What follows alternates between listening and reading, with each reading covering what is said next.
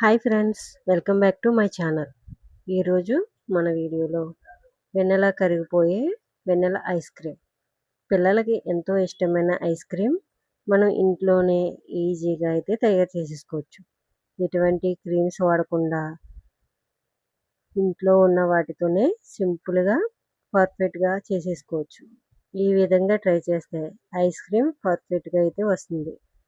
ఈ సమ్మర్లో చాలా ఈజీగా చేసుకునే ఐస్ క్రీమ్. ఇంకెందుకు ఆలస్యం, వీడియోలోకి వెళ్ళిపోదాం. వీడియోలోకి వెళ్ళే ముందు మా ఛానల్ ఫస్ట్ టైం చూసినట్లయితే మా ఛానల్ని సబ్స్క్రైబ్ చేసుకోండి. అలాగే ఒక లైక్ కూడా చేయండి. మీరు ఇచ్చే ఈ లైక్ మా వీడియో ఇంకొంతమందికి అయితే చేరువవుతుంది. ఒక మందపాటి గిన్నెని మనం తీసుకొని స్టవ్ మీద అనేది పెట్టుకొని మనం ఇక్కడ ఫుల్ క్రీమ్ పాల ప్యాకెట్ అనేది తీసుకోవాలి. లేదంటే మీరు గేదె పాలనైనా తీసుకోవచ్చు. కాకపోతే ఫుల్ క్రీమ్ ఉన్న పాలు అయితే మన ఐస్ క్రీమ్ అనేది బాగుంటుంది. పాలు అనేది గిన్నెలో వేసుకొని మరిగించుకోవాలి.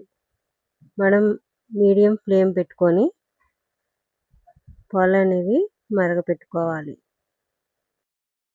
మనం పాలన్నీ వేసుకున్న తర్వాత కొద్దిగా ఒక చిన్న గిన్నె తీసుకొని కొద్దిగా గోరువెచ్చగా అయిన తర్వాత కొద్దిగా పాలు అనేవి తీసుకొని ఒక గిన్నెలోకి కొన్ని పాలు అనేవి తీసి పక్కన పెట్టుకోవాలి. పాలు అనేవి పొంగిపోకుండా కలుపుతూ మనం అడుగు పట్టకుండా కలుపుతూ మరిగించుకోవాలి. గిన్నెలోకి పాలు తీసుకొని పక్కన పెట్టుకున్నాం కదా, ఆ పాలల్లోకి కార్న్‌ఫ్లోర్ అనేది ఒక పెద్ద స్పూన్ అయితే ఒక టేబుల్ స్పూన్ వరకు వేసుకోవచ్చు. లేదంటే చిన్న స్పూన్ అయితే ఒక 2 టేబుల్ స్పూన్ దాకా వేసుకొని బాగా ఉండలు లేకుండా బాగా కలుపుకోవాలి. మొత్తం పాలల్లోకి కార్న్‌ఫ్లోర్ అనేది బాగా మిక్స్ అయ్యేలాగా ఉండలు లేకుండా కలుపుకొని పక్కన ఉంచుకోవాలి. ఈ విధంగా చూపిస్తున్నట్టుగా ఈ టెక్స్చర్ అనేది వస్తే సరిపోతుంది. పాలు బాగా మరిగించుకొని ఇలా మధ్య మధ్యలో కలుపుకుంటూ మీగడ కట్టే విధంగా పాలని బాగా మరగపెట్టుకోవాలి. ఈ పాలని ఇలా కలుపుతూ చిక్కదనం వచ్చేంత వరకు బాగా కలుపుతూ మరిగించుకోవాలి. పాలు మరుగుతున్నప్పుడే మనం పంచదార అనేది తీసుకోవాలి. ఇక్కడైతే 5-6 స్పూన్ల వరకు పంచదార అనేది తీసుకున్నాను నేను. మీరు స్వీట్ ఎక్కువ తినే వాళ్ళైతే ఇంకో టేబుల్ స్పూన్ అనేది యాడ్ చేసుకోవచ్చు. పంచదార వేసుకున్న తర్వాత మనం పాలని బాగా మిక్స్ అయ్యేలాగా పంచదార కరిగేటట్టు బాగా మరిగించుకొని కలుపుతూ ఉండాలి. మనకి పాలు అనేది థిక్నెస్ వచ్చేంత వరకు పాలని బాగా మరిగించుకోవాలి. అప్పుడే మనకి ఐస్ క్రీమ్ అనేది బాగా టేస్టీగా కూడా కుదురుతుంది. తర్వాత మనం కలిపి పెట్టుకున్న కార్న్‌ఫ్లోర్ పాలని కూడా మనం ఈ పాలల్లో వేసి కలుపుకోవాలి.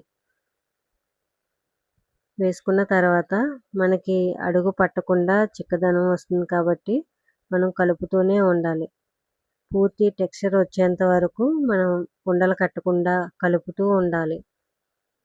మనం స్టవ్ మీడియం ఫ్లేమ్లో పెట్టుకొని స్లోగా చేయడం వల్ల ఉండలు కట్టకుండా మనకి కరెక్ట్గా టెక్స్చర్ అనేది పర్ఫెక్ట్గా అయితే వస్తుంది. చూసారా, ఈ విధంగా మనకి ఇలా వచ్చేంత వరకు దగ్గర పడేంత వరకు ఇలా కలుపుతూ మనం ఈ విధంగా అయితే చేసుకోవాలి. స్టవ్ ఆఫ్ చేసుకొని మనం పూర్తిగా ఇది చల్లారేంత వరకు పక్కన పెట్టుకోవాలి. తర్వాత మన దగ్గర వెనిలా ఫ్లేవర్ ఉంటే ఒక పావు టీ స్పూన్ వెనిలా ఎసెన్స్ అనేది వేసుకుంటే మనకి ఐస్ క్రీమ్ అనేది పర్ఫెక్ట్ ఐస్ క్రీమ్ మనకి టేస్ట్ అనేది వస్తుంది.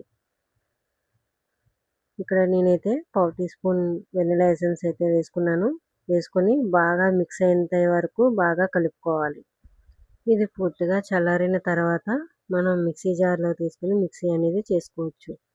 ఇక్కడ నేనైతే ఈ క్రీమ్ చల్లారడానికి టైం పడుతుంది కాబట్టి మిక్సీ జార్ అనేది ఒక 5 to 10 మినిట్స్ వరకు ఫ్రిడ్జ్లో పెట్టుకున్నాను.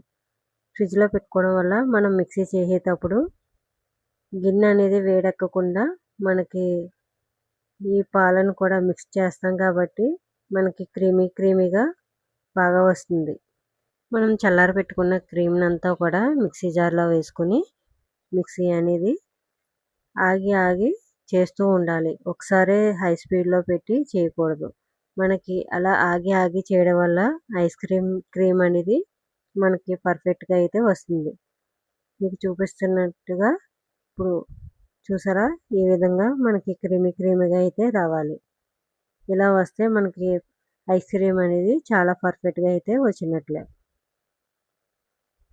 తర్వాత మనం ఏ బౌల్‌లో అయితే వేసుకోవాలనుకుంటున్నామో ఐస్ క్రీమ్‌ని ఆ బౌల్‌లో వేసుకొని ఇక్కడ నేనైతే బౌల్‌లో వేసుకుంటున్నాను కాబట్టి పైన మనకి ఐస్ క్రీమ్ అనేది ఐస్ పట్టకుండా ఒక ప్లాస్టిక్ కవర్ అనేది ఇలా పెట్టుకొని దాని మీద ఒక ప్లేట్ అనేది మూత పెట్టుకొని డీప్ ఫ్రిడ్జ్‌లో అనేది పెట్టుకోవాలి.